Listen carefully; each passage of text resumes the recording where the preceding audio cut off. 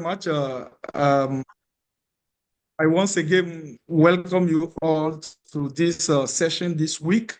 This will be the third week we started having the speaker series in the framework of the Fulbright specialist stay here in Togo. We are fortunate to have Dr. Jacqueline Cofield, who is a U.S. Fulbright specialist educator and arts researcher who works closely with areas that have to do with digital humanities, art-based research, and global cultural exchange. Dr. Cofield is the producer of this digital speaker series as we see it. And today we are very fortunate to have our colleagues who are online, professors here at the university. We have some students also who are here in the room and some colleagues as well. Other people will be joining after. So we have also a representative of the U.S. Embassy there online. I can see her, Shosita is there. So thank you for being here. So Dr. Cofield collaborates with universities, museums, and cultural institutions to explore how art, archives, and technology function as pedagogical tools for cultural memory and knowledge production. Her work positions teaching as world building and archives as living relational sites of inquiry. She currently serves as a professor and museum educator in the United States. So she has been here for some weeks now, and she's giving some talks, some conferences. And today, we are very happy to give her the floor to introduce the speakers to us. And after that, we're going to listen. And when the times of questions comes, we'll ask questions and we'll interact. So without wasting time, Dr. Cofield, please, you have the floor. Thank you very much. Thank you so much, Dr. Begadu. Good afternoon, everyone. Thank you all who are joining us in person, online, and now and in the future. As always, I'd like to begin by offering my sincere thanks to the U.S. Embassy in Lomé, particularly the Department of Public Affairs, and to the faculty of the University of Lomé, especially the Department of Anglophone Studies for their continued care, collaboration, and generosity throughout this speaker series, and also during my time here in Togo, which has been truly amazing for the last few weeks. My name is Dr. Jacqueline Cofield, and I am here as a Fulbright specialist working at the intersection of digital humanities, arts-based research, and global knowledge exchange. Today marks, as Dr. Begadu said, the beginning of week 3 of the speaker series, where we have 24 speakers speaking over the course of 4 weeks delivering 10 different sessions on different themes, which means we are now at the midpoint of the series. This feels like an important moment to pause and to recognize what this gathering, this transcontinental intellectual gathering represents. Over the past 2 weeks, we've explored foundations, archives, access, embodiment, ethics, and method. What has become increasingly clear is that the digital humanities is not just simply a tool about tools or platforms, technology, but it's also about how knowledge is carried, remembered, and transmitted, especially in contexts shaped by history, power, and culture. Week 3 turns our attention explicitly to knowledge, storytelling, and memory, and to the creative, visual, and oral forms through which communities have long preserved history, meaning, and resistance, often outside of formal institutions. Today's session, Visual Storytelling and Cultural Memory, invites us to think expansively about narrative, how stories are told through images, through poetry, through performance, and through everyday cultural practice, and how these forms function as legitimate, rigorous modes of inquiry within the digital humanities. We are honored to be joined by 2 scholars and soon-to-be doctors who powerfully demonstrate how storytelling operates as method and archive. First, Deirdre Lynn Hollman is a doctoral candidate in the Social Studies Education Department at Teachers College, Columbia University. Her research and curriculum work sits at the intersection of Black studies, public history, aesthetic education, and teaching with museums and archives. As the lead curriculum designer for the Black Studies as the Study of the World in New York public schools. Her work shows how visual culture, graphic history, and speculative storytelling function as digital humanities practices that carry cultural memory while imagining alternative futures. We will also be joined by Imani Wallace, a PhD candidate in social justice education at the University of Massachusetts Amherst, and she is also an internationally acclaimed spoken word poet. Her work centers poetry as a method of inquiry grounded in Black oral tradition, hip-hop based education, and critical ethnography. Through her scholarship and artistic practice, she demonstrates how poetry operates as a form of counter-archiving and counter-storytelling, preserving lived experience, protest, and community knowledge beyond written text. Together, today's speakers invite us to consider how visual and oral storytelling are not supplements to research, but central to how knowledge is produced, remembered, and shared, especially within the African diasporic and historically marginalized communities. I'm looking forward to this conversation and the conversations that this work will open up for us.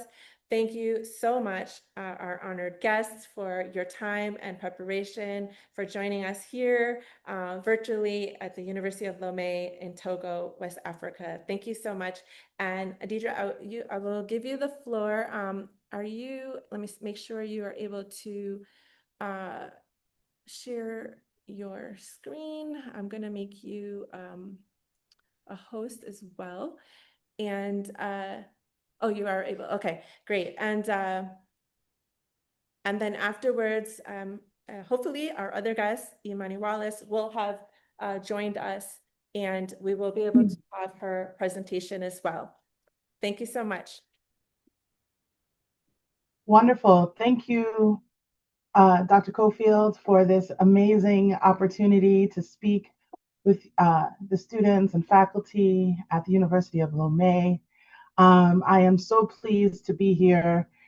I am going to talk to you today about a graphic novel project and really explore the way that this project, as a work of digital humanities, restores African cultural memory and Black American graphic historical narratives. My name is Deirdre Hollman, as I've been introduced, and I was the writer on this project. And this presentation is going to explore Kofi's Fire. It's an interactive graphic novel inspired by a true story of New York City history, a revolt that happened involving enslaved Black people and working class white people in 1741 here in New York City. It's a major historical event that's taught throughout the schools and the curriculum here in New York City and in New York State, and also a part of larger American history. Kofi's Fire demonstrates the literary and artistic practices of Black story work, a concept that Justin Coles has put forward, and restoring that weave together archival research and speculative imagination for the dual purpose of humanizing the narratives of the accused in the 18th century court transcripts and world-building Black communities in colonial America.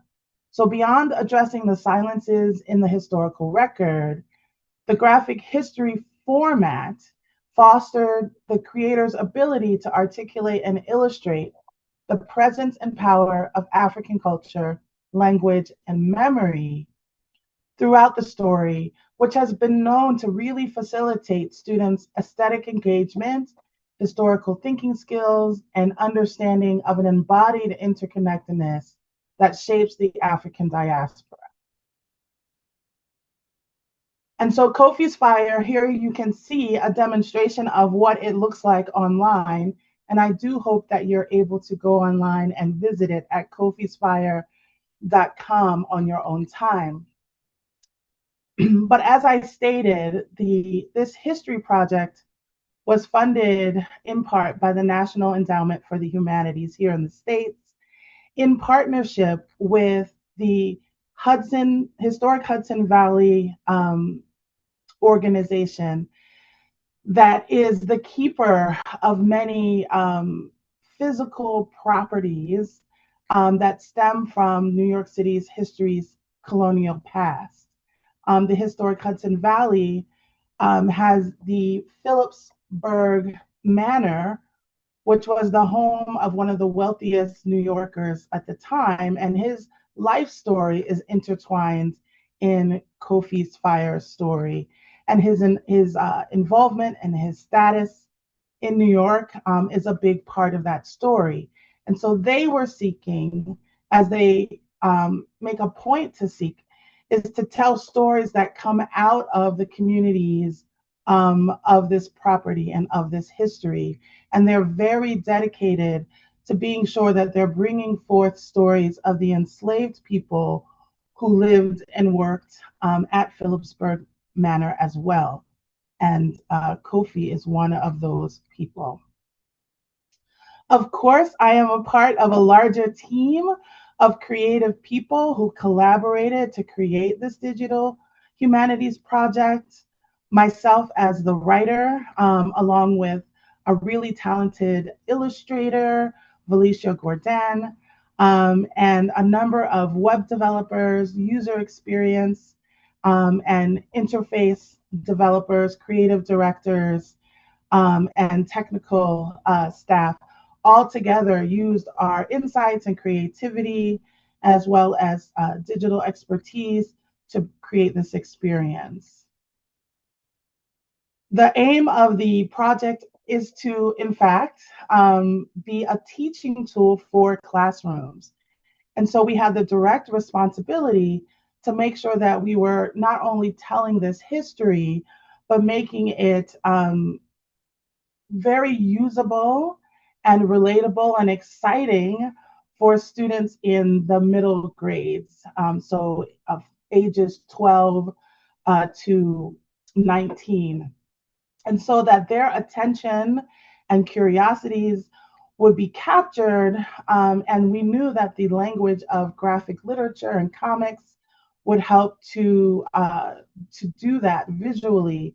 But the website is definitely dedicated to bringing forth archival materials and international stories.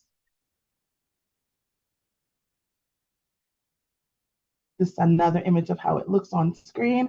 And I'm really happy to share with you that the New York City Department of Education saw our project digitally online and decided to make an actual print comic book version of the digital website.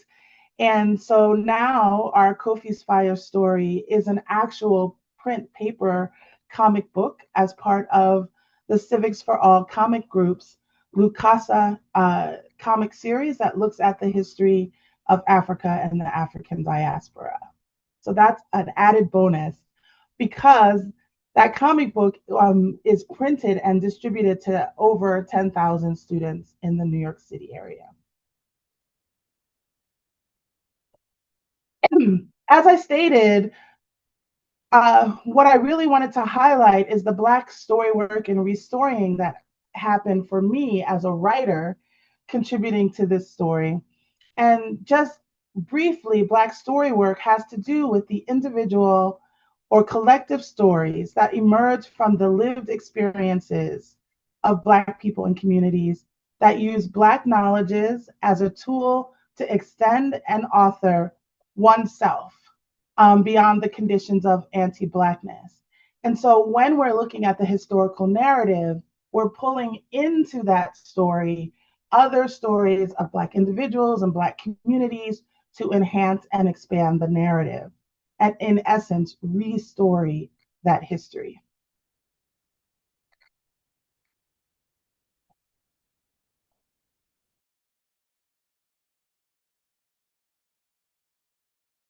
So first, I want to take you through some of the major ideas that we had to consider, myself primarily, in developing the story. And the first was dealing with the plot and the story treatment. We received a very short treatment or summary of the historical events that happened in New York from a number of historians who had been researching this 1741 riot. And they gave us a paragraph of information about the who, the what, the where around what happened. And we were able to then pull different characters out of that story that we knew we wanted to center. And of course, we wanted to center Kofi. And Kofi, and this is a true story, Kofi is a 20-something-year-old man of Akan descent who was enslaved by the Phillipses, a wealthy and politically connected family. And after being accused of serving as one of the ringleaders in this riot, this plot to burn down New York City, Kofi was apprehended or arrested and forced to defend himself in court, where, as an enslaved person, he had no rights. And so, despite being permitted to call witnesses and cross-examine white colonists, including his own enslaver, Mr. Phillips, his advocacy would prove to no avail. In fact, he was not able to prove his innocence, and he was found guilty of all the charges and unfortunately sentenced to death. And he was one of the first of as many 30 enslaved people who were executed for the plot against the city. Now, we know all of this because we have the court records that tell the story of what happened. And at the time, it was the trial of the century. It was international news, what had happened in New York, in the colony of New York.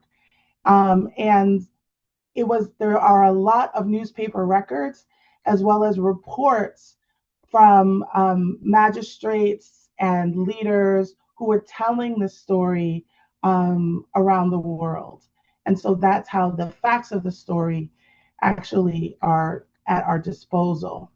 And so one of the things that we had to do was we had to reimagine what colonial New York looked like using historical records so that we could employ sound research, archival maps, illustrated pictures of different homes and cityscapes. But we want to be able to communicate the kind of newly emerging city of New York, a port city that was really being built brick by brick in a time that most people don't imagine New York. And when you think about New York City, you think about its grandness. And the city of New York was quite small at the time. And there was a very distinct mix of white colonists from not only in 1741, not only England, but France and many other places around the world, as well as many enslaved African people from different descent, but a large population of Africans from Ghana, who were both Akan and other associations. And so we pulled from the historical record by many historians like Jill Lepore and Leslie Harris. They're very detailed accounts of this time in New York City history. And we even used, as I mentioned before, illustrations that were found in the newspapers at the time to help us paint the picture and reimagine New York City.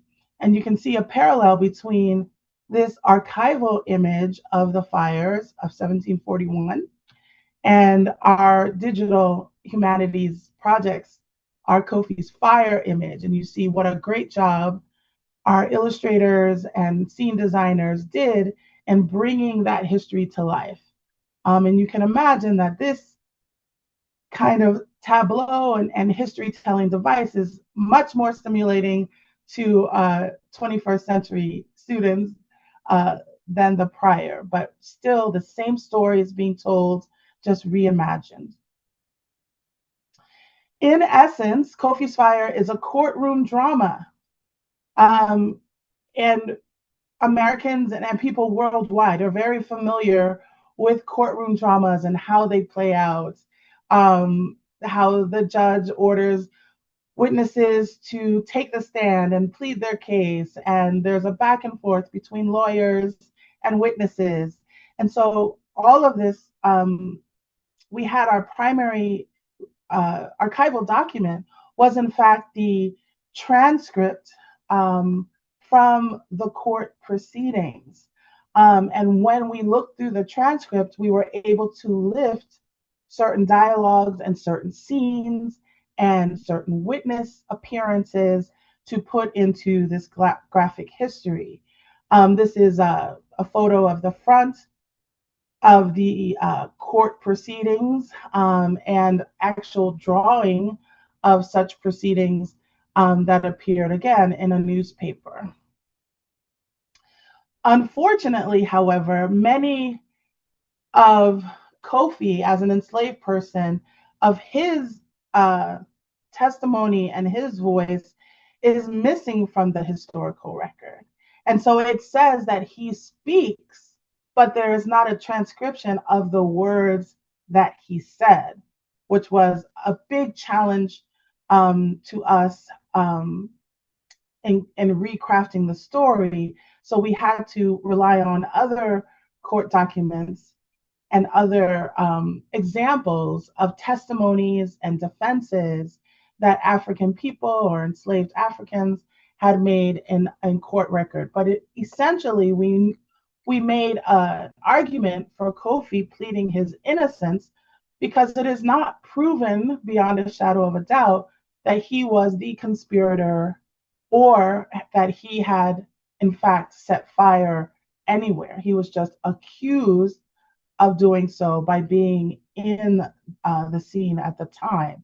And so we decided to primarily put him in the position of declaring his innocence, and in so doing, also give him space to voice a rationale for the African people who may have wanted to actually stand up and revolt against the institution of slavery. And we were able to also illustrate some of this testimony using this visual technique of putting kind of drawings around the speakers on the stand that helped to kind of bring to life the words that they were saying. In this case, Mary, who was a young woman who was a barmaid at a tavern, who claims that she overheard Kofi and his friends plotting to set the fires.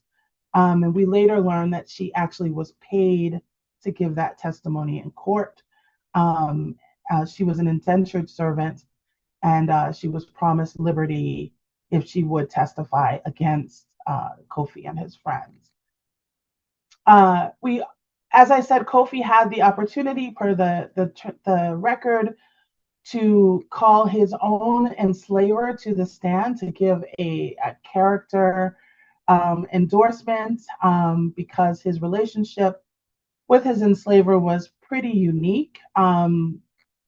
He was actually taken from his father by the enslaver and brought to Phillipsburg Manor in New York to work very closely with him.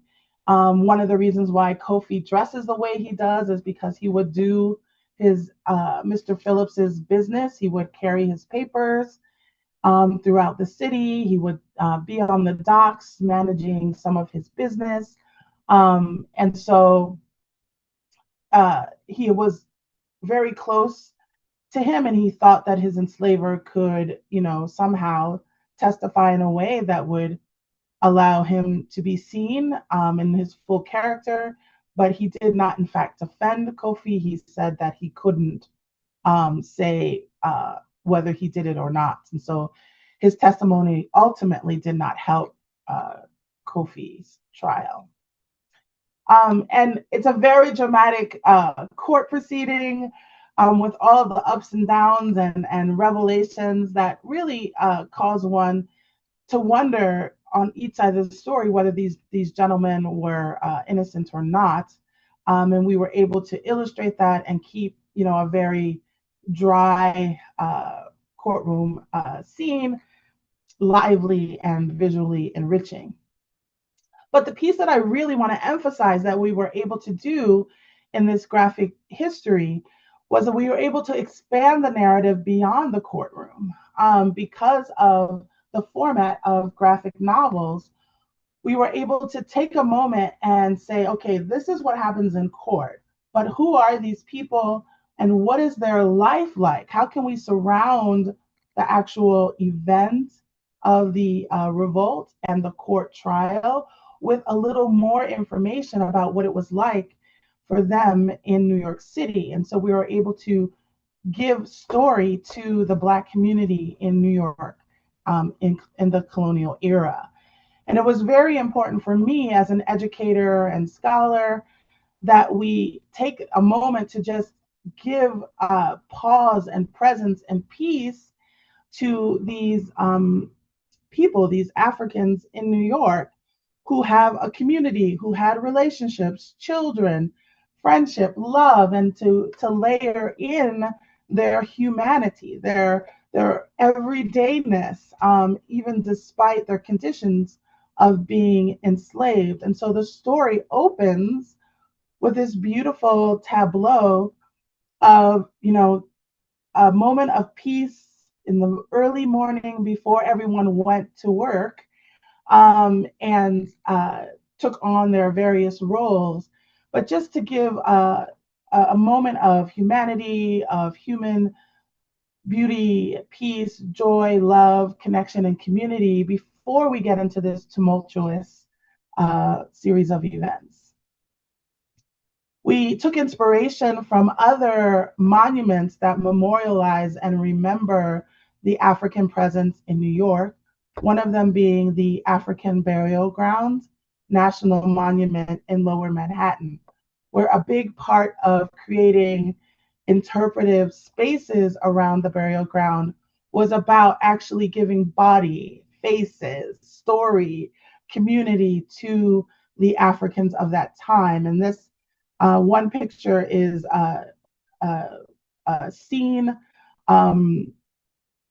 because it's about the burial ground, but it's giving actually flesh and blood and presence to African people, something that's very missing from museum stories and other historical records about New York at the time.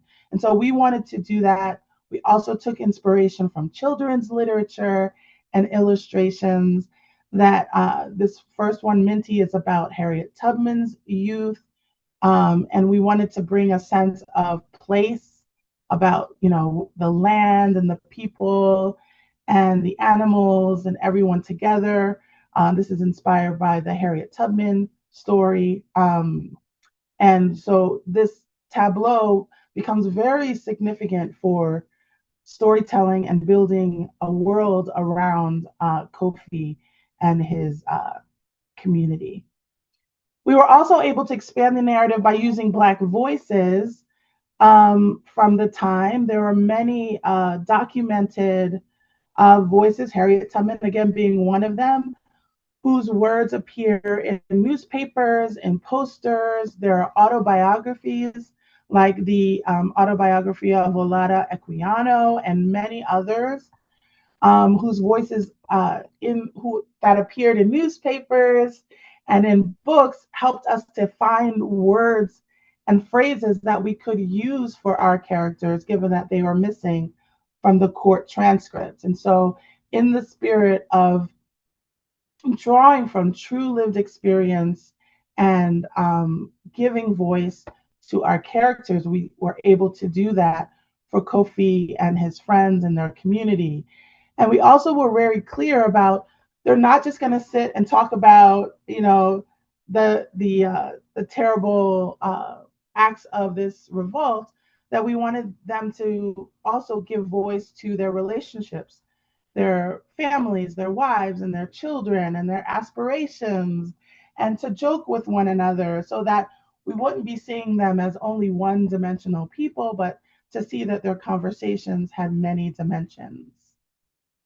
And we were also able, this was something that I was very keen on, given that my son's father is actually from Ghana, West Africa, and isn't a Khan person, that we were inserting some language, some African language into the way that these men and women would speak to one another. And so we actually have little pieces of dialogue, like when they greet each other, they spoke in Twi, and we were able to just integrate a little bit of that in the story. In graphic literature, there's not a lot of dialogue. You have to be very conservative and use a few words. But I thought it would be important to kind of humanize and bring that cultural language piece to the surface. I'm very proud of that. We were able to do that. And then lastly, we expanded the narrative by using memory and magical realism. One of the key features of Kofi's Fire and why it's called Kofi's Fire is because we wanted to give Kofi an inner life. We wanted to get inside of his head and inside of his spirit. And we used fire as a symbol for that kind of transcendent act of him speaking inside of his own head, of him imagining things, remembering things, and making a connection to the other worlds and to the other spaces of his spirit. And so in several scenes in the story, we show how we go from the reality of his experience into his memory and imagination. We do that creatively because the graphic medium allows us to do that. And we give voice to his memories of his mother, to his memory of the stories and images that have formed in his mind based on the stories he's been told of both Africa and African people. He even speaks through his inner thoughts. He retells a story that he's been told about his parents and how they came to the Americas. And so we're able to take our students who are viewing the story way deeper into his background and his history through this device of inner dialogue and thought bubble. And so he tells of his parents who he remembers having lived in a small fishing town called Elmina, and the day that they were captured, etc. And we were able to also use poetic language to do that. When Kofi is actually imprisoned and awaiting trial, the flame of the torch of one of the guards is another trigger for an introspection. We use the visual device of kind of transforming his environment in his present to one of the past. And he goes into his memory and also into his fantasy. And as he's praying, he actually calls on the spirit of his mother to aid him and to guide him as he testifies. And she comes forth and he remembers the mutiny that happened aboard his parents' ship that actually cost the life of his mother.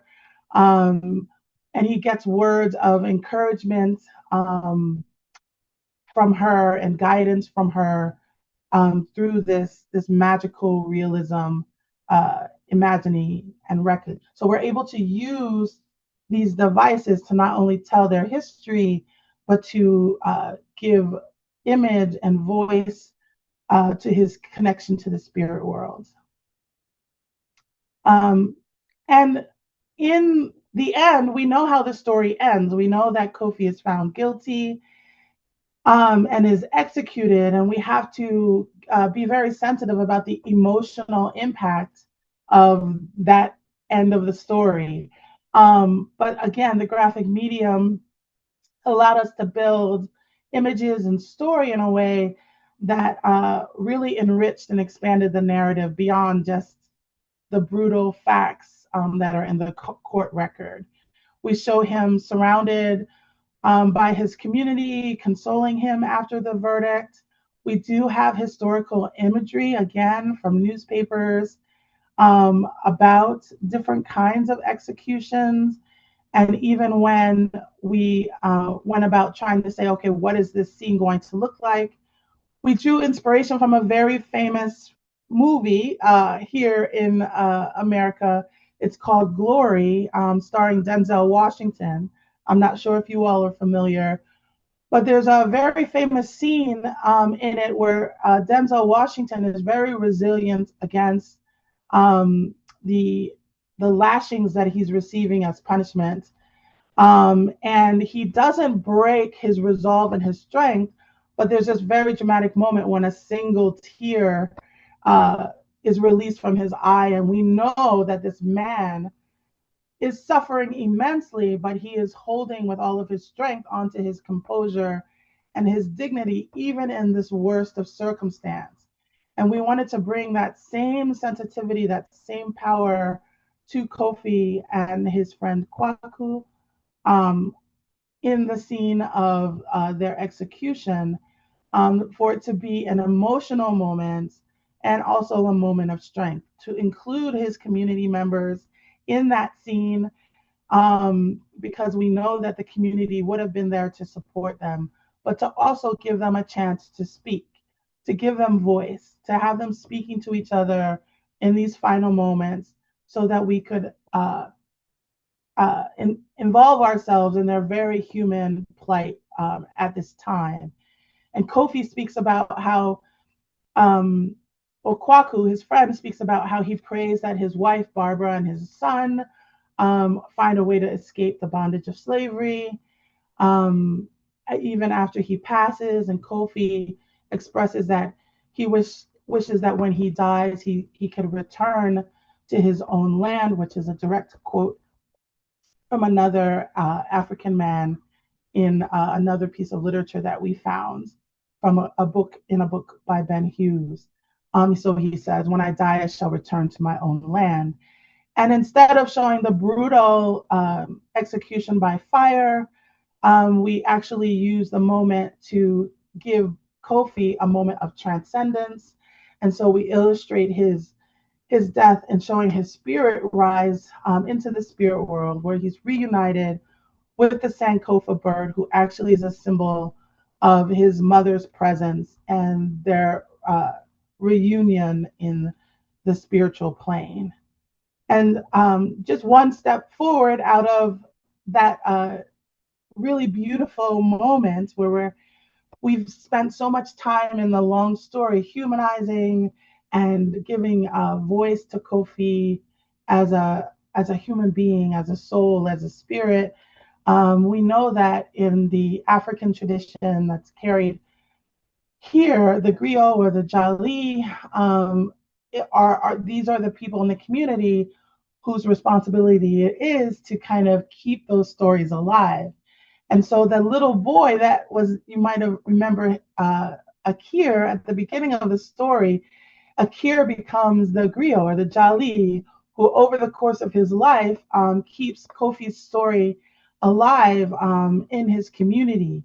And it's how the word is passed, right? Like it's how Kofi's story and the story of other Africans in colonial New York remain now a part of this historical record that even I am able, as the storyteller, as a teacher, to retell and continue to uplift the story of these African people here in New York City. And so this is a representation of the current day and how these stories continue to be retold through different mediums.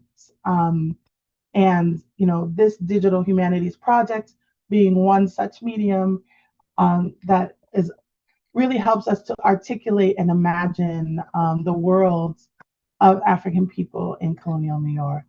I'm very proud of the work that we were able to do here on Kofi Spire, and I thank you so much for your close attention to my presentation. Wow, let me give you let me do a reaction in the chat. I see some reactions coming in the chat. Okay, there we go. I want to give you the confetti. Wow. That was very powerful. Thank you so much for sharing that with us. I'm gonna make a response to that, and then I will do a Q&A with you because our second speaker, Imani Wallace, she is here, and I want to tell the audience there was a typo on our end, on my end, for her date, so I was able to catch up with her, and she is preparing to share with us shortly. So to buy that a little time there, I'm going to go ahead and just do the deep dive with you, Deirdre, instead of holding that for the end. So okay. One of the things that we've been talking about in this series that's been coming up as we're thinking about digital humanities work is this notion of it being and its possibility for being care work. And I think that, it's so wonderful to start this week with your project because you literally have, and I'm so glad that, to have you have been involved, just knowing you, involved in this project, because I can see the level of care that has been involved at every step of the way. So like this project really exemplifies what we've been talking about as what's possible for digital humanities work to be care work. And so I love how this project has there's like so many different entry points of responses to be having. As you're talking, something that was coming up for me was the ways that the project makes visible what often is absent in the archive, particularly the interiority of subjugated and marginalized peoples as they sort of negotiate these catastrophes, these human catastrophes throughout history. And in this case, this period of enslavement in the US and particularly New York, which I'm glad that this project also has that connection to New York, because a lot of people, when they think about enslavement in the US, they think it's a Southern thing. I've encountered people who literally have asked me, whether or not this slavery was going on in New York State. And so New York Historical Society even had an exhibition on that a couple of years back. You probably remember that. So that's another reason why I think this project is so important. So the ways that you use these primary sources like newspapers and court records, and you marry that to careful and very intentional speculation that is restorative, right? That restores relationships, interiority, humanity, even aspiration, as you said. It's just powerful, and it's just something I think we need more and more of in this day and age, as words like empathy are being demonized in our society as if they were wrong. And humanities is such a great umbrella that involves so many different disciplines, whether it be philosophy, literature. Here we have storytelling coming in the form of a digital space, but also I'm just wondering if you could talk about in graphic novel. I love how you bring in also where you talk about magical realism, because last week we were talking about African epistemologies and how they do honor and amplify the supernatural, the extra sensory, and so to include all those nuances that you would have to know those things. You would have to have had some awareness and some education about African epistemologies in order to incorporate that into this work. And so I think that's one of the reasons why collaboration is so important, because all these different perspectives, all these different intellectuals who get to come to the table and add, and the project becomes really additive, which when we talk about multi perspectives, especially in humanities or even qualitative research, this idea of triangulation, coming from different, having different data points, different methods of approach as a way of making the work more rigorous or more trustworthy. And so I think that your method here also approaches that and exemplifies the need for that multiplicity of perspectives, methods, approaches, voices, and modes, multimodalities, in achieving that trustworthiness and of this type of content. And then you bring it all the way forward to the present day, where you have the young griot, who, as I was experiencing that, I almost felt like, especially through the digital component of this, we all get a taste of an opportunity, as Goli Muhammad talks about opportunities, to be the griots, right? Because now we will have after this session, we'll probably have a conversation about this, and now we get to activate that being griots ourselves. So I just, as you can see, I just love the work that you've done here, and I can't wait to do a deep dive into the project. I'm so glad that we have this project incorporated into the speaker series so that the students and faculty here at the University of Lomé can do a deeper dive into this work, perhaps even in some of the coursework that is going on, to think about all these different layers. So I want to ask you this question. So when we think about digital humanities as care work, especially when we're dealing with subjects and situations and historical situations based on real lived experiences that have such a heavy emotional impact, which in the digital space we often think of as dehumanized and desensitized to emotional impact. We think of it oftentimes. How much alcohol is safe to drink? Secondary or incidental. So how in the digital humanities do you think, have you seen, or would you like to see the handling of the ways of ethically acknowledging these emotional responses in sort of a dialogical way? Because we hear, as we are experiencing this work, it's sort of seems like a one way, but we're going to have responses to it. So how have you seen, how can those responses be designed and prepared for as we move forward in digital humanities work, so that we can create the sort of dialogic community exchanges? Thank you for you. I mean, I feel so heard in your summary of presentation, and of my process and of the care, indeed, the care that I took in crafting this narrative along with the team who created these amazing visuals. And I did pull up the website just to show that even on the website, some of those images that have some animation to them so that things move, and there's a different feeling that comes in that space. To answer your question, I think that you have to be very intentional. I think it requires for the researchers and the educators and the storytellers and the writers, you have to be very intentional about layering the perspectives in the stories that we're telling in the digital humanities. That if we're telling the story of an event like we were, that we're not then shifting perspective to, okay, this is what the record says happened, this is the newspaper version. But what would be the perspectives of the people who lived at that time and who were witnesses to that event? And multiple perspectives, because Kofi's Fire includes not only Kofi's perspective, but the perspective of Mary, the barmaid, the perspective of the Phillips, perspective of the judge, right. And the tavern owner and his friends.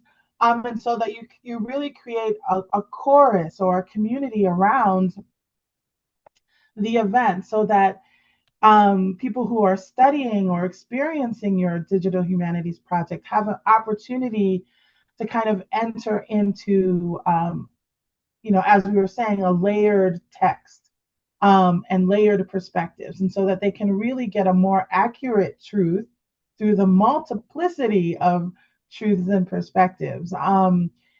It was some work, but work that I desire to do, and work that gave me a lot of satisfaction to actually say, okay, we have to go and draw these voices out of the historical record. We went to a volume of writings on anti-slavery writings to pull out the speeches that many African people or enslaved people even had made against slavery, and to literally pull their words about what they said was wrong and appalling about slavery and transport those into our story. And in fact, I was very inspired by my own students who went to the museum exhibition on slavery in New York, and who had encountered an art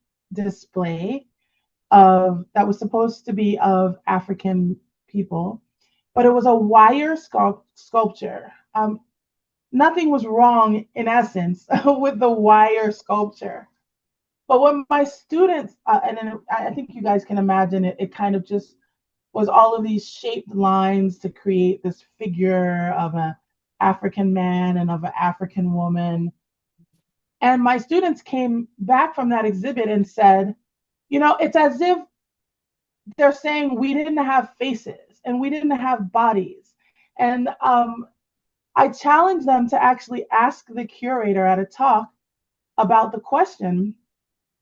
And one of my students did, why didn't you portray the full body and likeness of these people at the time? And the curator said that they didn't know what African people looked like then. And my students said they look like us. They look like us. Like we are them. And so I have never lost kind of the electricity of that moment and that realization that comes from my students, and the need for us to make sure that visual representation of African people and their descendants, that the voices are true voices.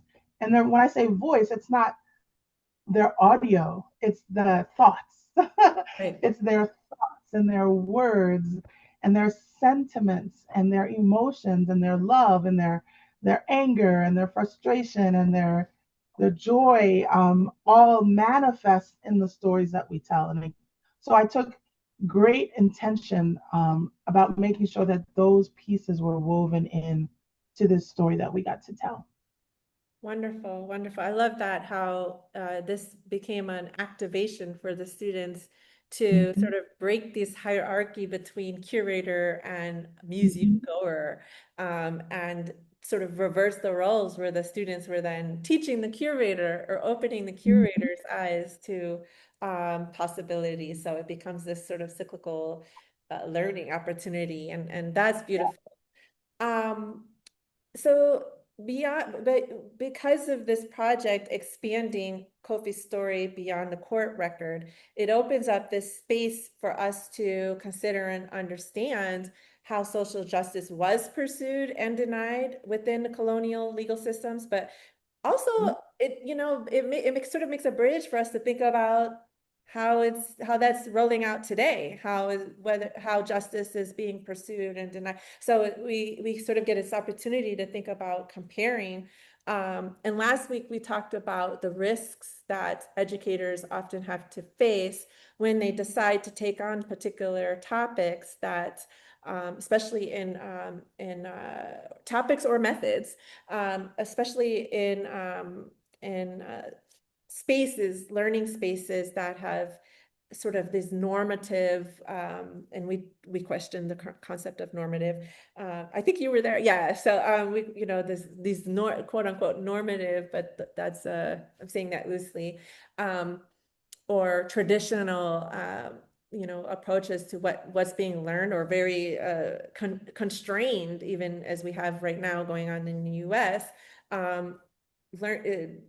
conditions for teaching and learning, right? So how do you think that this work, because of its social justice orientation, particularly dealing with the court system and legal system, how it can help learners make these connections between historical and injustice and contemporary struggles around law, surveillance, and state power? Big question. I think I think one of the things through the court drama that we were able to do was to literally address the question of innocence or guilt, and the way that court testimonies can be manufactured or crafted to tell either story. Like you could leave this story of Kofi and believe that he did it or believe that he didn't do it. Like we didn't set out to prove his innocence or his guilt, but to just have enough information around it that you have to really probably come to no conclusion. And we would hope that the system would then set many people free, but it doesn't do that. And so ultimately, you know, his guilt is a product of more than what actually happened. It's a product of the politics and the belief systems and the, you know, desire for punishment that, you know, was enacted by the court at that time. Like, as we said, over 30 people were put to death around this this revolt, especially because it was so popular that the fear was this revolt, as any, would inspire other enslaved people and their communities to revolt in different places throughout the colonies. There was a prior revolt in 1712 that happened, and there's also reference to revolts in Haiti and other places in this story. And so we sought to really raise the issue of how politically this revolt played out, and it goes beyond whether we believe Kofi was innocent or guilty. In fact, as a writer, I wanted him to have justification for being guilty and justification for being innocent in his story. So even if he did do it, why would he do it? Right. And if he didn't do it, why, you know, for, you know, the sake of him wanting to be free, and being, you know, enraged and fed up with the system of slavery under which they were living, like that, I wanted that to be a justification for acting out. Wow. You know, when you were saying that, it was making me think of a conversation I had with artist Ed Clark. He was telling me about when he spent time in Paris and he was moving away from, he was exploring and experimenting with sculpture when he, you know, was a painter. And he took this sculpting class, and the professor told him, you got to go around, you got to move around the subject. And so when you were saying that, I was literally thinking like that as a method, right? And that's sort of what you're explaining is like, you know, there's so many different possibilities depending on where you stand, right? Where you're standing, like what you're going to see as possible. And I love that, that there can be this simultaneous possibilities coexisting in this speculative space. Yes. Beautiful. Okay, so do we have any questions in the audience, the students or faculty online? Does anybody have a question? We'll take a second to see if we do, and then we'll go to Imani, who hopefully is ready. And thank you so much, Imani, for jumping to this. Oh, we do have a question online. Kennedy, I'm going to go ahead and ask you to unmute yourself. There you go. And you can ask your question. Hi, Deirdre. This was amazing. Like, I could really just tell how everything was really intentionally done, from the artwork to you writing it. It was just very beautiful, and I wish that I could have had this when I was in school. My question is just about, I guess, development of a comic like this, and how does it compare to like developing other classroom resources, especially like did you have to did the illustrators like have to redo the drawings because they weren't like aligning with what the words said, or just I don't know, like how, because it seems like a lot more, just so much more detailed than like a lot of other, maybe like just a paper or like a Yeah. PowerPoint. So how did that, it also seems like a very gratifying because look at what the final product is, but so how was that process? A little bit more about that is my question. Thank you for the question, Kennedy, and for being here. Yes, so the story is developed first as a short script and scene, and then, of course, using all the inspiration from the historical resources that we found, the illustrator would then kind of start to sketch what the different cells or tableaus would look like for the story. Because we weren't doing a comic book that had like 8 or 10 cells per page to tell a story, had already decided that we needed to tell as much story as we could in single cells. And so it was a sketch and confer process. I, of course, wrote a lot more dialogue than we could end up putting on the screen and on the page.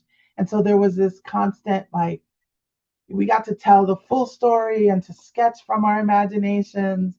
And then we had to keep kind of editing in to the core words and the core visual compositions that could kind of really maximize the story in as minimal amount of words as possible. And so that process took us months, like almost 8 or 9 months, to just get the final sketches before they started doing the full color animated product that you see in the final product. So yes, it was a very iterative process, and I was going to try to quickly pull up a sketch, but I don't see it fast enough.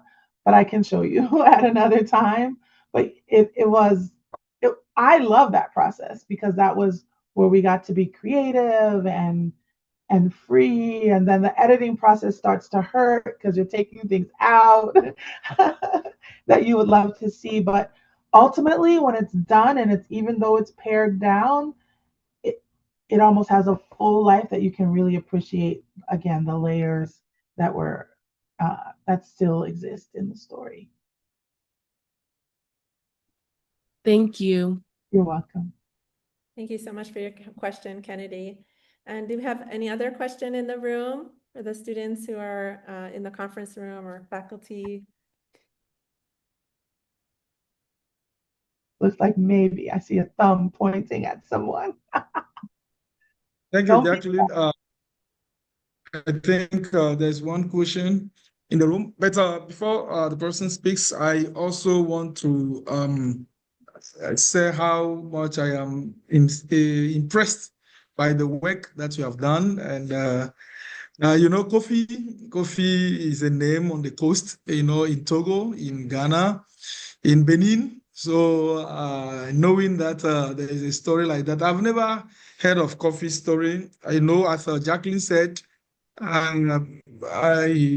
slavery, many people think it is in the South, and there are a lot of stories that are told that are not told, and there are some that are widely read, and there are some that are not widely read. So I think your project is very good, and it allows people, those even who don't have a very solid background, to read and understand through the visuals. They will be able to get it. Mm-hmm. And I really appreciate the passion and the zeal that you put in it.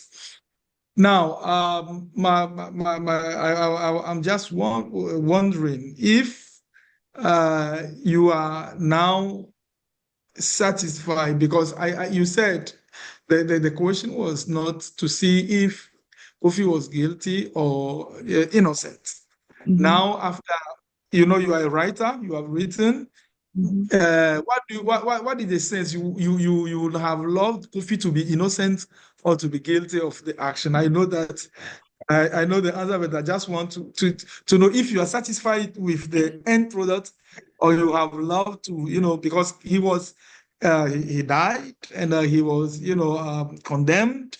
So if you had the opportunity to rescue him, could you rescue Kofi? Yeah.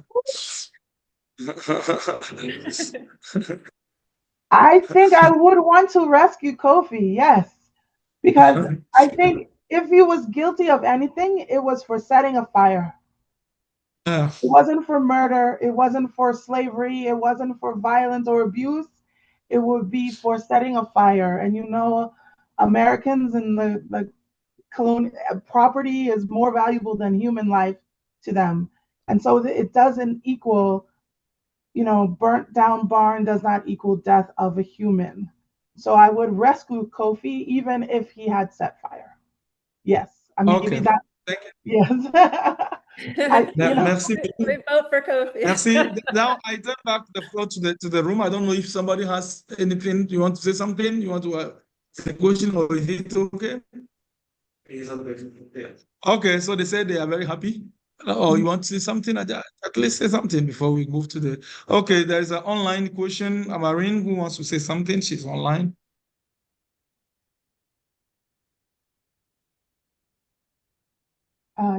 She's on mute. Yeah. Yeah. Good morning. Good afternoon. Good afternoon. Am I audible? Yes. Yeah. So thank you very much. I've been following online, and I would say I'm very glad. All the graphics and the art. The design that you put in it. I do appreciate that. And my question is that do you do it by yourself, or do you work in collaboration with graphs, or I would like to know if you do it by yourself, or you work with, some people in the domain of graphism or designs. Yes. I worked with a full team of people. So this is the full team. Myself, the writer, this woman, Valisha, the artist. This woman was the graphic designer and digital designer. We had the user experience designers, the coders, like many different jobs, both literary, artistic, and technical, all working together to produce the project. Okay, that's great. That's great, because I really appreciate your work. I really appreciate it. So that was my concern, and thank you very much. You're welcome. Thank you so much. I think we have one last question, and then we'll move to Imani's presentation. Oh, there is? We can hear you. Oh, okay. Okay, all right. It's a wonderful presentation, and I've been very excited. Interestingly, I stumbled on it on one of the sessions, and yes, one platform that I belonged. So I joined like 2 hours ago waiting because I didn't want to miss it for anything. The reason is that I'm in the University of Ibadan. I teach aspects of computational linguistics. And as a personal project, I have been working on collecting folktales from different languages in Nigeria. And at one point, I know I collaborated with persons in Ivory Coast and Ghana, thinking about how we can come up with the African folktales and retell them somewhat in scientific tropes, maybe through animation, and then use these as visual aids for teaching, for pedagogy within the context, our multilingual context. But over the about 4 or 5 years or so, I've been having different challenges, from the technical aspect to getting, in particular, the aspect about getting people to illustrate the storyboards and make the animations out of it. Recently, I did a presentation and people suggested using AI to generate some of the storyboards. I'm working on a paper, and I have actually done so for one of the stories. But I tend to see this repetitiveness in what you have, and from the color to what it can produce.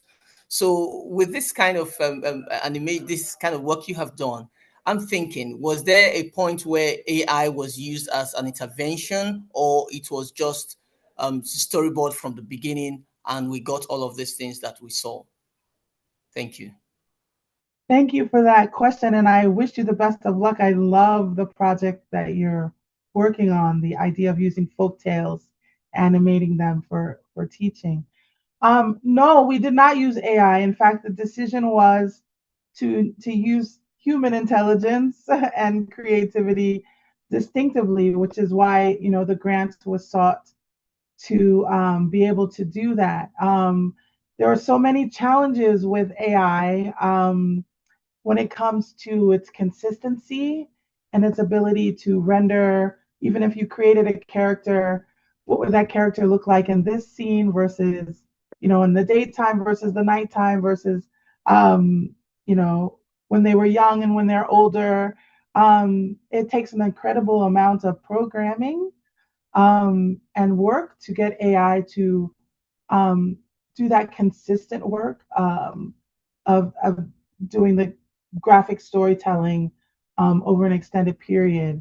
That's not to say that it couldn't help, but I come from a community of artists and illustrators who create comic books. It's another aspect to my scholarship is I've created a Black comics collective full of artists and illustrators and writers of color who are creating comics. And so there's another layer of respect I have for their craft and expertise in storytelling that pushes me away from AI, not necessarily animation. And many of them use digital tools like the iPad and things to draw on digitally. But still, it's the hand and the human and not an artificial intelligence creating the images. So it begs for a larger conversation, and I wish you the best of luck, but I definitely favor the human creatives. Thank you so much for your question. And Odorin, I encourage you to join us next Monday when we have Mine Aturu, who is an artist who is doing her doctorate at Columbia University, and she's working with AI and reimagining Benin bronzes, releasing them from captivity. I'm going to let her explain that better, but she has a very interesting work that she's doing, and so that might interest you next Monday at the same time. Okay, thank you so much, Deirdre, for your lovely presentation. Much interest and activation here. And we're gonna move over to Imani, who I want to thank her again because there was a mix-up on my end and my assistant. We had given her the wrong date. And but I did get a hold of her by phone about an hour ago, and she has hustled and got together. So thank you so much, Imani, for making that happen under such a short notice. I really appreciate you pivoting. And we're really looking forward to your presentation. Hey, good, is it morning or afternoon? Afternoon, we're 3:20 over here in Togo. Got it. Okay. Good afternoon. And very warm. We're not having a snowstorm at all. It's hot outside. Well, good afternoon from snowy Massachusetts. Hi, everyone. I'm so grateful to be asked to be here today, and I would love to just jump right into it. So I bring you greetings, as I mentioned, from the University of Massachusetts. This is something that I'm going to be able to talk to you all about that essentially discusses certain aspects of my research as a poet, both as a performance poet and as a cultural curator, as someone who utilizes poetry as a form of inquiry within my research. And so this is called Of Protest and Poetry. So the University of Massachusetts is actually the intellectual home of W.E.B. Du Bois. Have any of you here heard of W.E.B. Du Bois? Yes, no, maybe so. I like interaction. I'm a poet. Raise your hand in the audience so she can see you. Can you see the students in the room? Yes, I can. So W.E.B. Du Bois is the father of Black studies. He was a pioneer in terms of Black scholarship, but just, American scholarship and documenting something known as the color line, as well as just documenting his whole life. He everywhere he went, right? This was in the 1800s, the 1900s, but everywhere he went, he carried around all of his papers with him. So he would write journal entries about his life. He would take pictures. Truly he was ahead of his time, right? Because this was before phones, this was before computers, right? There was no technology. He was just writing, he was writing everything down. He was writing his scholarly and intellectual papers, and he was keeping them with him everywhere he went. And so he's an activist. He's the co-founder of the NAACP, which is the National Association for the Advancement of Colored People, an activist organization that was founded in 1909. He advocated for challenging segregation in American society, advocating for Black education and equality. And he was the first Black person, the first African American to earn a PhD from Harvard University. So W.E.B. Du Bois said this. He said, "Thus all art is propaganda and ever must be." Thus all art is propaganda and ever must be. Can anyone tell me what they think he means by that?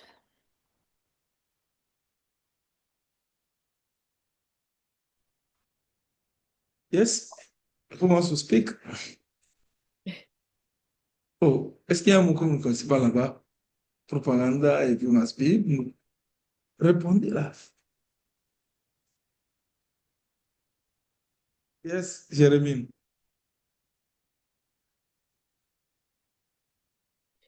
Do we have an answer? Yeah, yeah, you can speak. Can you hear me? Yeah, I can hear you.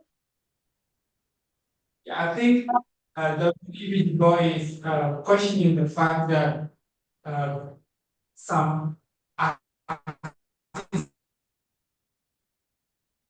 as propaganda, even though they are not, because the writer being W.E.B. Du Bois being in America and in an environment where discrimination prevails, it might be considered as if what he is doing is not helping the whole community, but just his people. So he's asking that question to show that there is the possibility of you say as bad. Thank you. Okay, we had I Okay. heard some of it, the connectivity issues. If you just wanted to go ahead, sorry, if I think someone just wanted to repeat that. Yes, I didn't mean to cut It's like we didn't hear you very well. You should come here. We just had a little bit of connectivity issue. Sorry about that.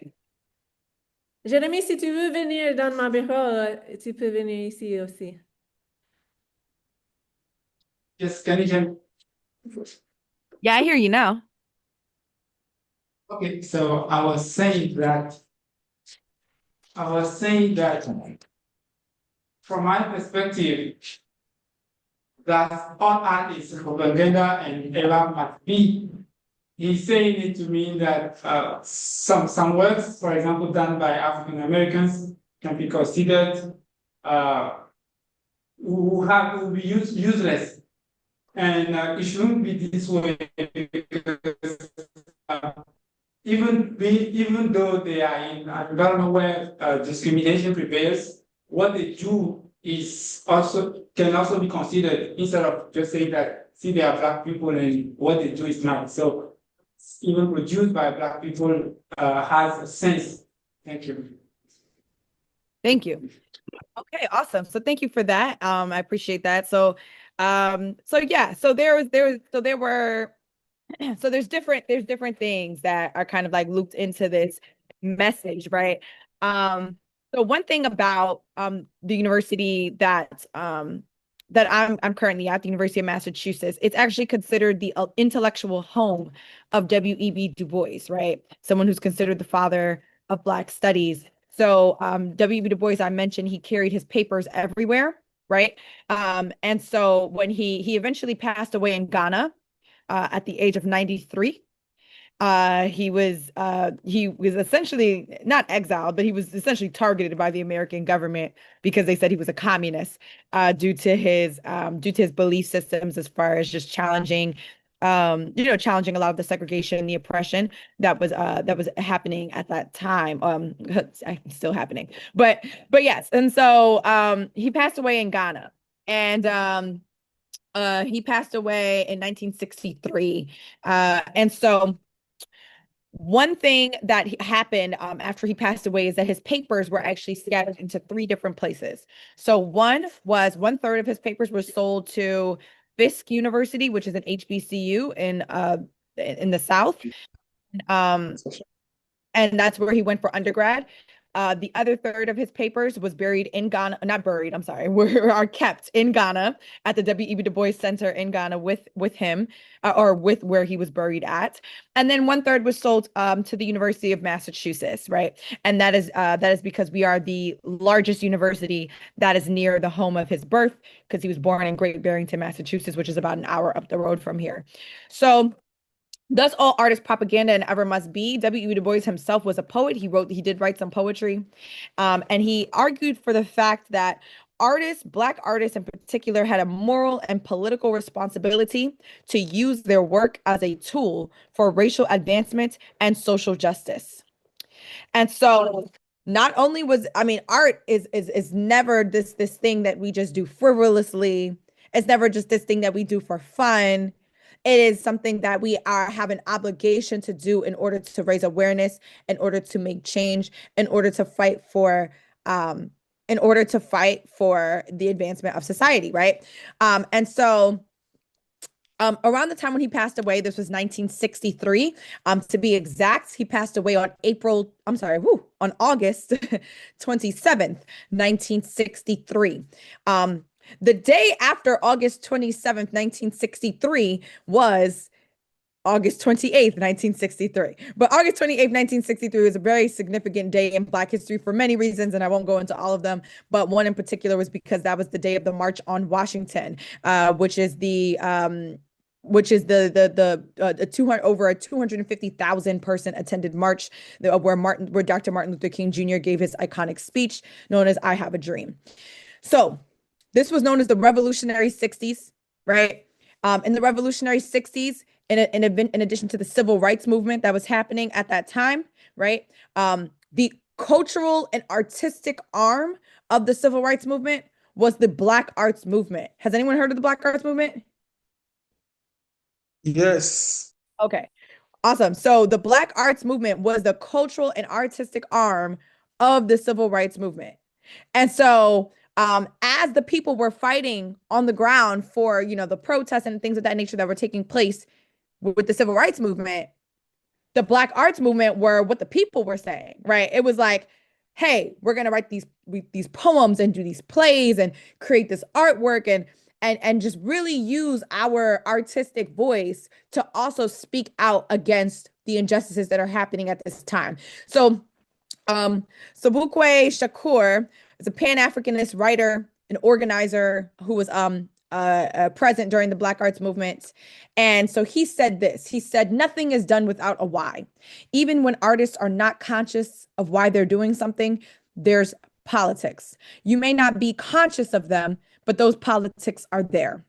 You may not think the dominant ideology is influencing your art, but the dominant ideology will influence your art. Either you'll do art either you do art against it or do art for it.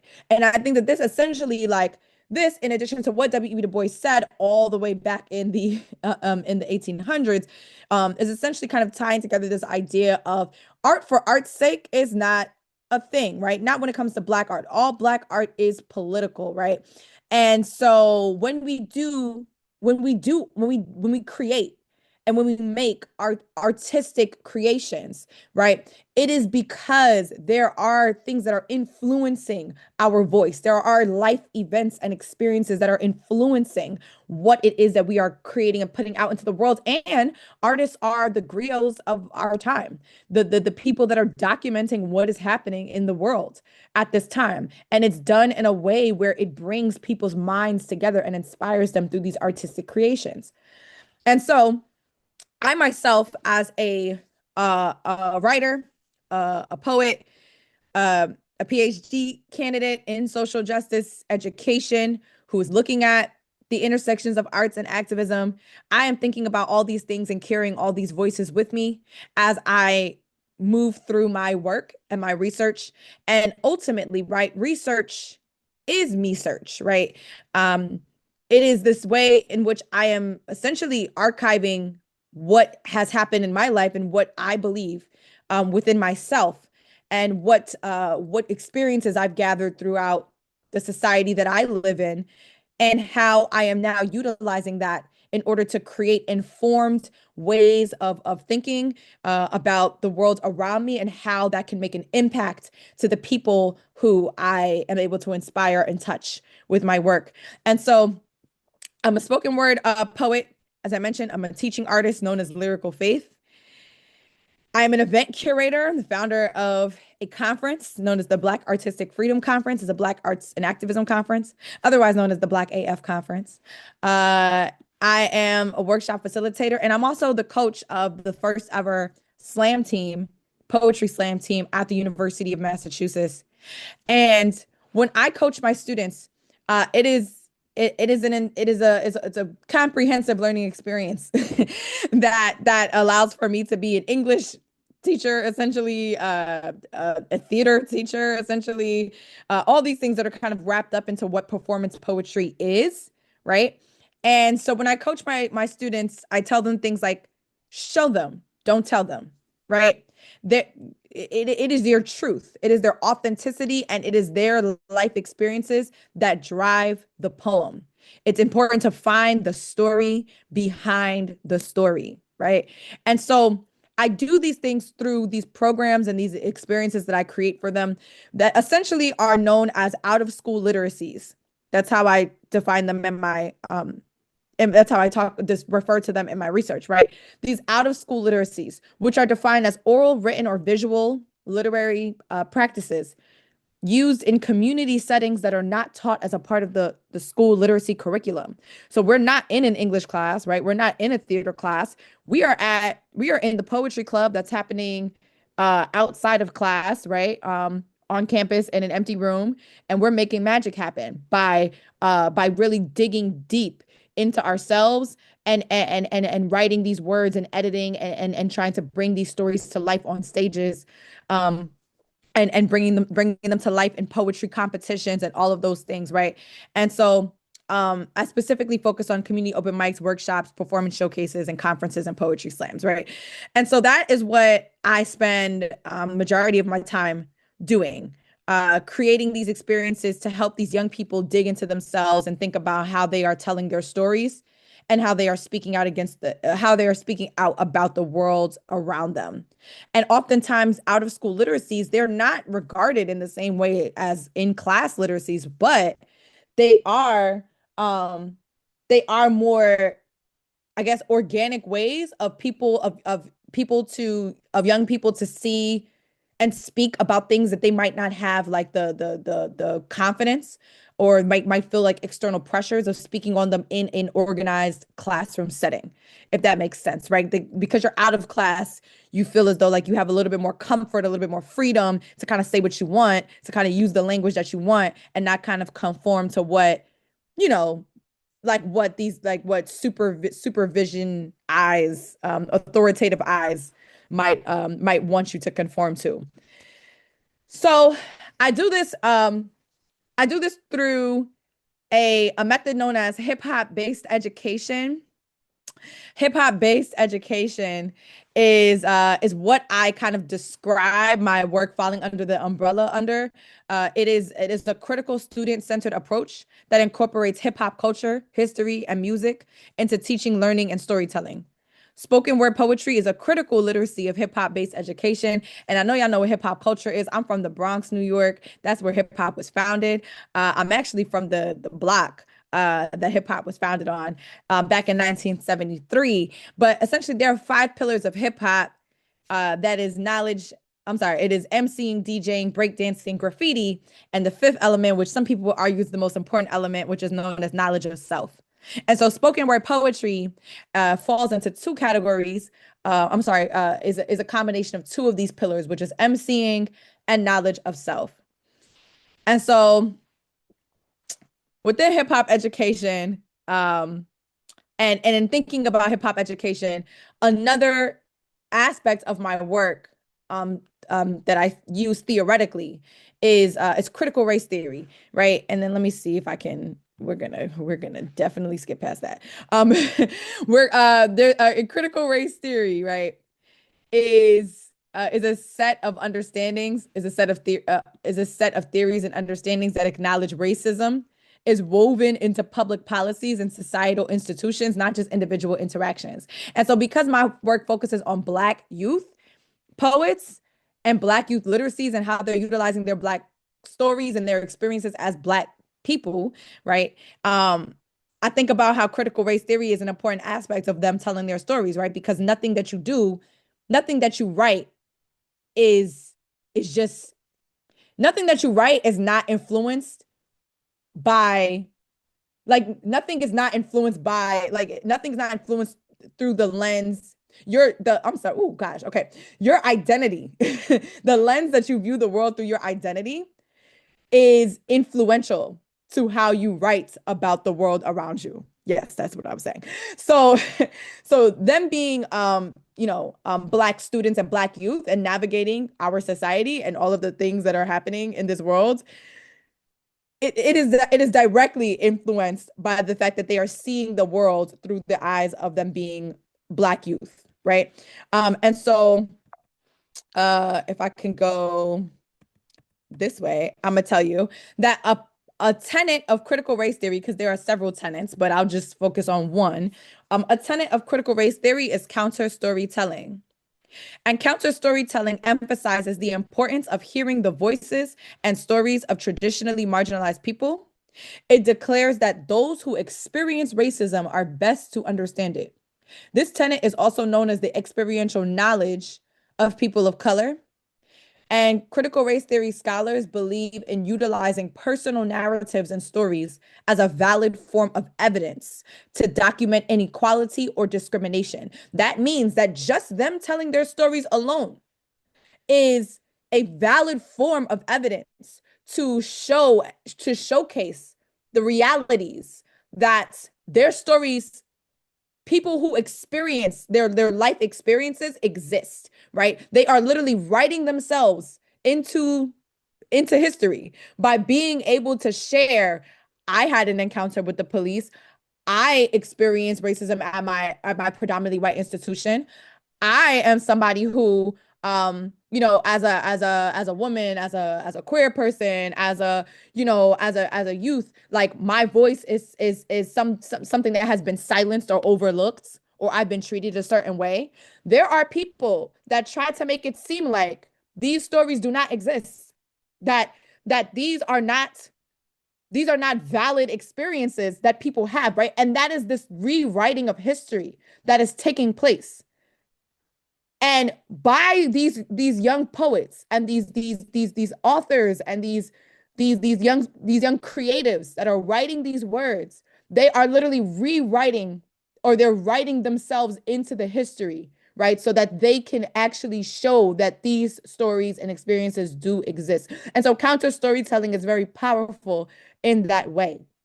Because while there are people that are telling them, no, this is not true, or no, gaslighting people to believe that we don't have, like that's not a thing, or that was never a thing. There are young people that are actively writing, no, this is a thing, and I'm here and I'm valid, right? And so moving past this, so one of my students says, I feel the role of poetry is to inspire and heal people. The role of poetry is activism. It's a way to share new ideas.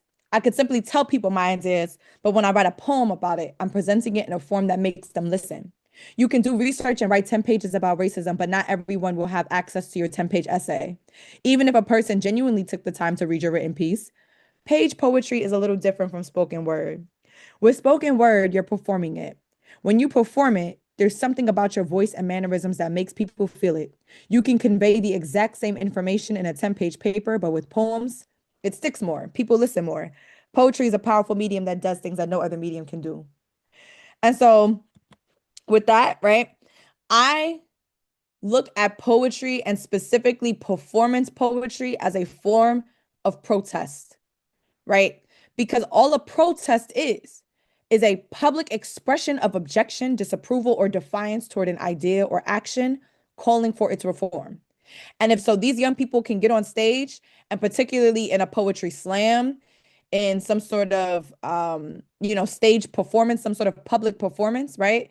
And allow them, as Goldie Muhammad would say, allow them the space to project their voices and captivate an audience to feel as though youth have a direct hand in shaping, navigating, and regulating the world around them. If they are able to get on stage and do that and inspire minds and bring people together through art, then they are actively participating in a form of protest, right? And Black protest poetry is something that outdates, right? That goes back all the way back to the Harlem Renaissance, right? The first Black protest poem is considered to be a piece by Claude McKay known as "If We Must Die," which is a poem that he wrote in response to the bloody summer that was taking place during that time. And he's a writer of the Harlem Renaissance, and this was back in 1919. So this outdates, right, the creation, the physical organized creation of poetry slam, or the organized creation of what we know it as today.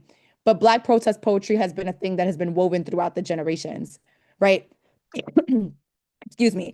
And so I argue that these Black youth that are participating in poetry and spoken word and in poetry slams are a part of this larger Black oral tradition, this larger Black lineage of storytelling that is critical to the advancement of society through the fight for liberation, right? And so my students essentially kind of defined what protest means to them in different ways. It's a battle. It's using your words. It's opinions. It's a feeling that you need to take action for. It's when something is bottling up in you, and you realize that, like, okay, there's a switch that goes off. It makes me realize, like, I cannot stand for this anymore, and I have to speak out about it. And so they say all these things about what protest means to them. Throughout my research project, my students wrote and prepared poems for a poetry slam, or several poetry slams in this case now, because I've been working with them over the course of several years. And they write about culture, identity, racism, and they do these things on their own. Like, I'm not going in and saying, like, hey, write about this. Like, they are writing these poems on their own because these are the words that are coming to their minds, because they knew that when they were writing these pieces, they had to write about something that has been weighing heavy on their mind or their heart or their spirit, that is significant to them. And so I use this method of analysis called critical poetic inquiry. Essentially, it's a research process that's categorized by creating or crafting poetry, and presenting what I understand about what my students have been writing through creating poetry. And so I'll say this, right? My students wrote and prepared for a poetry slam, and I had interviews with them about why they wrote the poems that they wrote, and the experiences that they decided to write about. And so I created a poem that kind of encapsulated many of the experiences that they said or that they showed in their poems and in their interviews when I spoke to them about what they ended up performing in their poetry slams. And so this poem right here that I created in response to them is called Living These Freedom Dreams. So I'll just read this for you. My voice is a cage of limitless possibilities, of sharpshooting weaponry that fly through the labyrinth of America's gaze, capturing me in ways I refuse to be viewed. I define myself with these words. Withholding parts of my identity to appease whiteness is not a worry while I have this stage. A mic in my hand has become my wand, where I transform from silent classroom kid carrying a burden of worry to warrior who hunts the prey that made me target. And my method of fighting for a future of flying is through these poems. Proud of where I'm from, but not succumb to what I'm told about my culture in this space. A misfit at my school or in this town, but on this stage, I can speak on my critiques, reject the politics of which I don't agree. I can proudly display my identities or respond to your perceptions of me with these fragile bombs of love erupted into freedom dreams. And so that's that piece, right? And so so those are that is kind of like a brief overview of what I did with these students. I did have like this activity, this digital activity for us to kind of create a poem together. I don't know if we necessarily have time for that. But I will say that an exquisite corpse is a good activity to try. Essentially, it is when you it's when each person in the room writes a line to essentially just respond to a prompt, right? And so if you have a piece of paper and a pen in front of you right now, you can definitely respond to this prompt, right? And it says, when they ask me who I am, I tell them, right? And so essentially you just write a line stating like how you would respond to that. When they ask you who you are, you tell them what, right? And when you say who you are, don't just describe yourself with something like really obvious, like I'm a student, I'm an educator, I'm a mother, I'm a father, I'm a daughter, I'm a son, I'm a spouse, etc. Say something that's a little bit more unique, right? So say like, for example, this was my example. I said, I am a lover of language, a maestro of sounds, a conqueror of tedious tasks. I am embodied practice of what I preach. I am challenge accepted. I am living proof that hard things are possible. So if you want to, and you have the paper in front of you, you can definitely just respond to this prompt. It just says, when they ask me who I am, I tell them. So that's essentially the prompt. But I have like these excerpts from the poems that my students wrote, as well as their interviews. But instead of kind of just going through that, because I know we're coming up on time, I'll just state that, I have a student who wrote about his cultural foods and how like America kind of uses cultural foods as it's only like they only like care about it when it's trending, right? But not because like these are the foods of his homeland and of his ancestors, right? I have another student who writes about like essentially not feeling like a misfit in American society, right? She feels like she's half Cape Verdean and half Brazilian, but when she goes to Cape Verde or Brazil, she feels like her cousins, think that she's too American. When she's in America, they make her seem like she feels like she's too foreign, right? And so she feels like a misfit. She's somewhere in between. And so some of the themes that they ended up writing about was just having pride in their cultural identity amidst navigating this racialized society. They critiqued power structures. They advocated for liberatory values. And I'll just say this, right? In going back to art being a form of propaganda and going back to art never being art for art's sake and art always being political, right? There was this beautiful quote by Toni Morrison that I just want to leave you with, which is in these times, right? So in these times of chaos and turmoil in American society and just like even like just across the world, right? I think some people try to make it seem like art is just this frivolous thing that we do. And it's just like, oh, we don't have time for art. Like, how can you have time for art when the world is on fire? But the world being on fire is precisely the time when artists go to work, as Toni Morrison would say. There is no time for despair, no place for self-pity, no need for silence, no room for fear. We speak, we write, we do language. That is how civilizations heal. I know the world is bruised and bleeding, and though it is important to not ignore its pain, it is also critical to refuse to succumb to its malevolence. Like failure, chaos contains information that can lead to knowledge, even wisdom, like art. And with that, I will leave you with that and tell you thank you for your time. Thank you for your time. Wow. Let me give you let me put a little reaction in there. Where's my thing? I can't find. Okay, I'm gonna get it in there in a minute. But Imani, thank you so much for making that happen on such short notice. You were able to pivot like that for us, and I mean, and you brought the heat, brought the fire.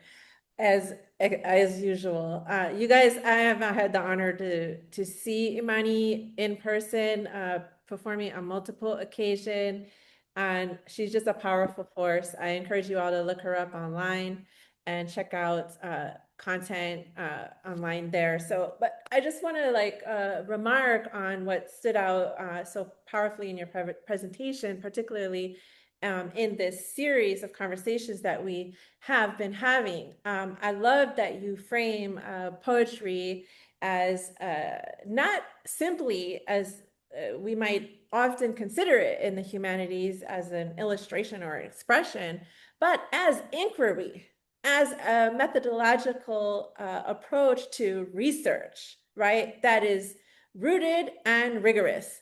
That is rooted in the Black oral traditions, lived experiences, collective struggle, but is also rigorous in the sense that it is historically situated. You start out by giving us this frame of Du Bois and making these connections, not only situating these artistic expression, not only in terms of Black arts movements and social justice movements, so these external socio-temporal scenarios, but you also remark on the internal component of this as well. And you grant us, by granting yourself, you model for us the granting of one's self permission to seek to go inward as a form of research inquiry, right? I love that. And I mean, Venus Evans Williams, whose research, whose book on qualitative, Black feminist qualitative methods really inspired my methods for my dissertation, talks about, says we can study ourselves. And that's one of the things that we've been talking about while I've been here at the University of Lomé is that we have been studied, we have been talked about by others who have taken these problematic anthropological approaches to ventriloquizing us, and I talked about ventriloquism, and and here it's time, and the digital humanities is a wonderful portal access opportunity for us to, because of its democratizing nature and its accessibility, and it's also not being constrained by time and space, is an opportunity for us to share our stories, right? So we need to be granting ourselves permission, but first also looking inwards. We need to be the one to value and amplify our own Africanness. We need to look at our Africanness of methods in the ways that we relate to each other, the ways that we express, that we communicate, that we live, etc. All of that, and we have to be the ones to do it. And we can and we should be the ones to do it. If not us, then who, right? And so I love that you energize us. I felt very energized in your presentation and in that message. And you evoke also, you bring it to you went from Du Bois to very contemporary hip hop based space, and you remind us where you're from, the birthplace of hip hop. In the Bronx, in the Boogie Down Bronx. And you help us to understand this distinction between poetry and the spoken word, and in part that is embodiment. And we've been talking a lot about embodiment. We've had two different sessions last week discussing embodiment, one session with 2 dancers and then another with a scholar who was focused on embodiment. And so for us to hear this, to think about embodiment again in terms of the literary, the spoken, the word being spoken, poetry being spoken, is really powerful framing and provocation for us to be considering when we think about our methods in literary practices and creating, but also in terms of approaching them as research methods as well. So thank you for all of that. I love to sort of make sense of what I've just heard, and that's what I've just heard. So then spoken word is emerging then as this, as you present it, as this embodied knowledge that, and you said it's, most people are not going to read our dissertations, but it becomes more accessible and interesting and memorable, and dare I say dialogic, because of this embodied interactions. We're having conversations about it now, that is grounded in community and shared space. Shared space in terms of the embodied experience in the present, right? But right now we're sharing space digitally. So this is where this digital part comes in, and it's a powerful tool for us, particularly in the diaspora. One of the things that I've been arguing and that I continue to argue, and one reason I'm doing this project is because I believe we need, not only do we need to be telling our stories, but we need to be connecting with each other. And so the digital humanities is a strong way for us to do that. And so thank you so much for your presentation, Imani. So I do have a question, and there I'm going to get to that now. So, in the humanities, and we could say in research in general, whether it be qualitative or quantitative, text and data, sometimes visual media, are often sort of centered as more rigorous or more valued and valuable. So how can you or we support the advocacy of poetry, particularly spoken word, as a rigorous research methodology? How can we in the academy diasporically engage with that? How can we archive that? What have you seen, or what would you like to see in terms of that?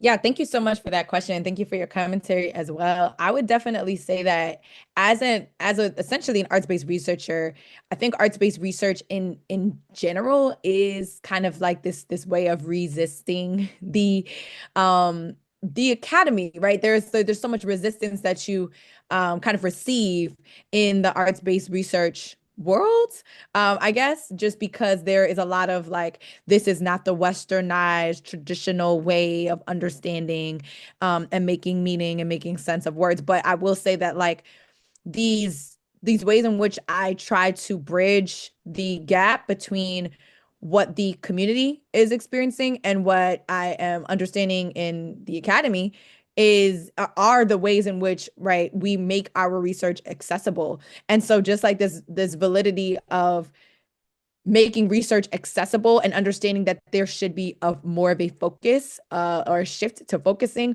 on what that means to make our research accessible, right? I think in many ways the academy works so that we are kind of able to write and produce this research and write these scholarly articles and things of that nature that are viewed by other people within the field, but not necessarily other community members that we would love for our research to be able to also reach and impact as well, or that we claim that we would love for our research to impact as well. And so what good is it? I believe that what good is it that we do all of this work to not make an impact, not be able to reach the person in your backyard, right? And so I believe that like uplifting and supporting these cultural programs that allow for community members and our local educators and students to kind of understand that this is what all of this means, right? And I think that art is a way of doing that, right? Being able to like uplift these poems or these films or these different ways in which we are kind of creatively understanding things to kind of make the connections in our brain of like, oh, this is how I understand this information. This this is what this means, right? And I think that that's a lot of what I do as, I guess, like an arts-based researcher. I try to kind of create these programs, create these poetry workshops, and these conferences, and these these poetry competitions for people to put these really complex, I mean, poems, right, are just putting these really complex ideas and these stories into like this 3-minute time span, so that the average person who hears it, who has a 3-minute attention span, will be able to grasp that and understand and take something away with it, take away that food for thought. So I just want to think about, like, how can we continue to uplift and validate, right, these essentially like these 3-minute presentations of how we are making art, I'm sorry, how we are making the academic aspects of what we are learning and making meaning of, how we can make that then accessible for the average person to grasp onto. Excellent. I love that. It's creating space, which you so fabulously do. And it was an honor for me to present at your conference last year. One of my great experiences. I want to also add to that citation is important as well, because I opened my dissertation, the first few paragraphs of my dissertation, I opened with talking about a performance, spoken word performance of Jessica Care Moore, a spoken word artist. And so citation is also important. The fact that we in the academy have the opportunity to exercise various citation practices. So I want to open up for any question in the audience, our students who may have a question. Dr. Begadu, if they have a question, and then I want to honor our time. No, it is. I'm sorry, I have to go now because I have another meeting at 4. And if I go, the internet will go. So if we can round up here, that will be very fine for us for today.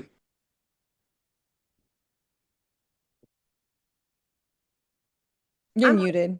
I'm listed as host, right? So I think if you go, we will still be here because I am listed as host. But yes, we will close. Is there any final commentary anybody want to share? I just want to give an opportunity for anybody to share anything they want to say or write in the chat, and then we can go ahead and close.